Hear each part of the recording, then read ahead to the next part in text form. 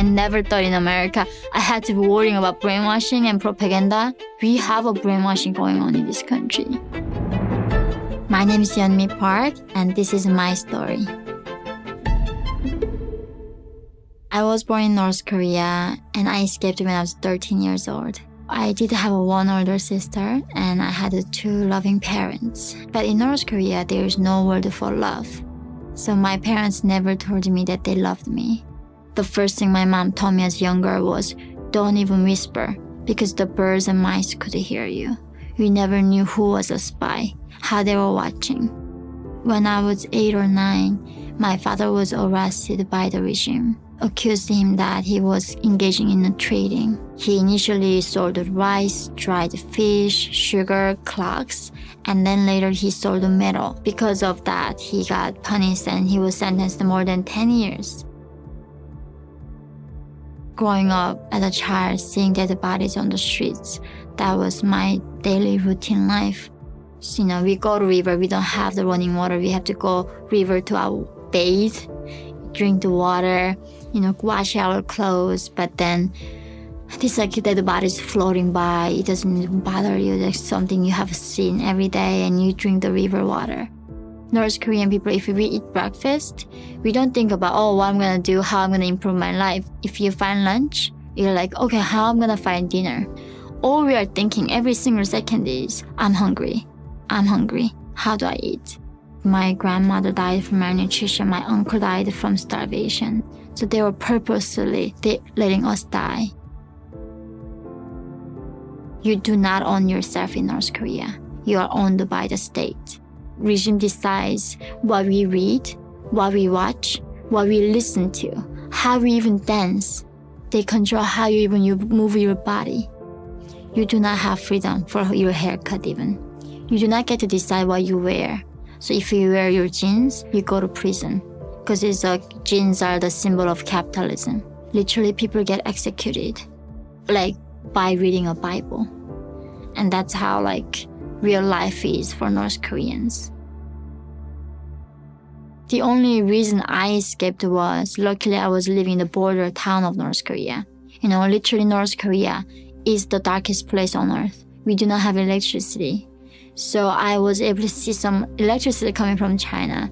And that's when I thought, maybe if I go where the lights were, I might be able to find a bowl of rice.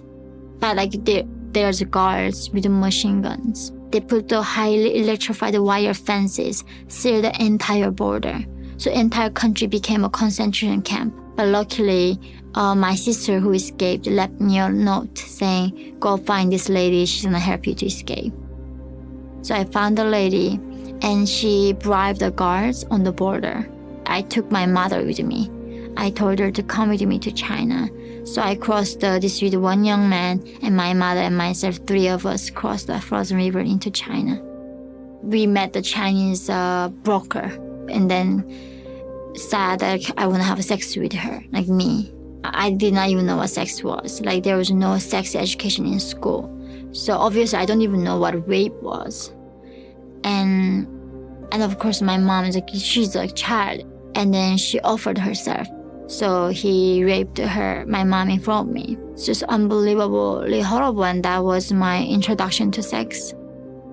And then they invited to another human trafficker to buy us. I was confused, how do you sell human? I thought we only sell puppies. What do you mean you sell me? I'm a human being. They sold my mom for less than $100. And then they sold me separately because I was a virgin. So they sold me less than $300.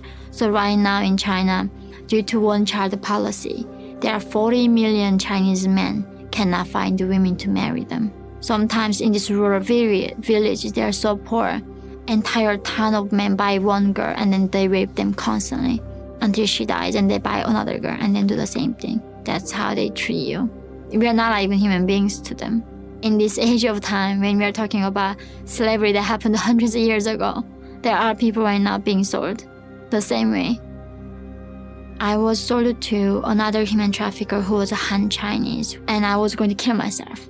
I couldn't take it. I lost everybody I knew. I don't even speak the language. He told me that if I become his mistress, he was going to help me to find my family. So I was letting him rape me. And then we met another North Korean defector woman. And she says, oh, you know what? There are missionaries. It's gonna help us to escape if we become Christians. And I'm like, what the heck is missionaries? I never even knew the word religion, right? Kim's a religion. And then she's like, oh, there's like people who believe in God and Jesus. They gonna help us. And in that missionary shelter, I proved out my faith to them. And that's how I became free. When I got to South Korea, they told me, oh, everything you believed was a lie. Kims are not gods. He cannot read your minds. They copy the Bible. They are dictators. And when I read the George Orwell's Animal Farm, that's when everything made sense to me. And that's also I understood, for the first time, the price of silence. And North Korea didn't become that way in one day, because the people who were in there, in the system, were scared and they did not speak up. That's how eventually it came to me where I did not even know that I was slave. I did not even know that I was Asian. I never even knew what Africa or different continents, none of that. I knew nothing about the rest of the world. There's no word for oppression. There's no word for liberty. There's no even word for gay. And of course, there's no word for compassion. Why do regime get rid of these words is because who controls the language, who controls the thoughts. So if they get rid of these words in our dictionary, that means we don't know the concept of human rights. We don't know the concept of freedom. And that's how they can control our thinking. You know, America was like our sworn enemy, that I had to kill them if I see them. And they told us that Americans are cold-blooded and monsters. I was like so scared to come to America, thinking like I'm going to this like enemy's land. They're gonna eat me alive, right? And then as I landed Houston airport, these people were just like holding their children, eating chips and burgers and smiling. Like, this is only American thing. When you go take the picture, Americans put the biggest smile in the world. When you see that, like, you don't even need a textbook tell you that Americans are not bad. When I came to this country and like stepped on the land, I just felt the spirit of justice. This is the only country that I did not face racism. This is the only country that I accepted as who I am. So in 2018, I gave birth to my son, and there was a birth certificate came out like 2 days later or something. So literally, mother was like North Korean, father was American. In freedom, only North Korean and American can have a baby together. I was so grateful. I was like, the best thing that I could have given to him is that American citizenship. So I went to Columbia University, lived in New York, and most of them are like left. Every single class in Columbia, the conclusion was America was founded upon an idea of racism and bigotry and slavery. The only way we can fix it is tearing down the US Constitution and tearing this down country and rebuild the socialist paradise on top of that. And this is what being fed to American minds every single day. There's no room for debate. And that was a propaganda and brainwashing machine. And when I hear about them supporting socialism, of course my reaction is, have you not learned anything from history? If something failed like 3 times, by that time we should be learning something and like, okay, let's move on. This thing is really not gonna work. But no, it's somehow with the left, they think it didn't implement it correctly. So why don't we do it again here? Every single one of them said the same thing, like, we are gonna give you the paradise, and they did not. They say, oh, the capitalism is so evil, it's so greedy. I'm like, do you know without capitalism, how do you even have an internet? How do you even have electricity like without capitalism? Do you know like your clothes that you're wearing? Because of the free market that we have all of this.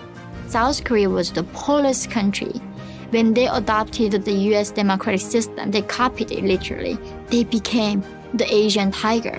The GDP difference between North Korea and South Korea is a 40-time difference. One is the 11th largest economy in the world. And the other country do not even have electricity in this 21st century. Same potential, same history, same people. Under the 2 different systems, one is communism, one is capitalism. What happened? They say, we don't have electricity because of American bastards. We don't have rice because of American bastards. We die because of American bastards. Every single problem comes down to blaming somebody else. Blaming the system, blaming history, blaming the constitution. Because of white men, there was a slavery. Because of white men, that women are like being treated unequally. Because of white men, that we have climate change. I mean, like, it's not about something about you that you want to fix. And this is exactly North Korea does. I am also fighting for my freedom of speech. I get censored on YouTube and Twitter because I talk about China. And never in my life I thought, in America, I had to fight for freedom of speech. Even in America, the freedom is not guaranteed. And it's slipping away every single day. I just hope it's not too late to fight back.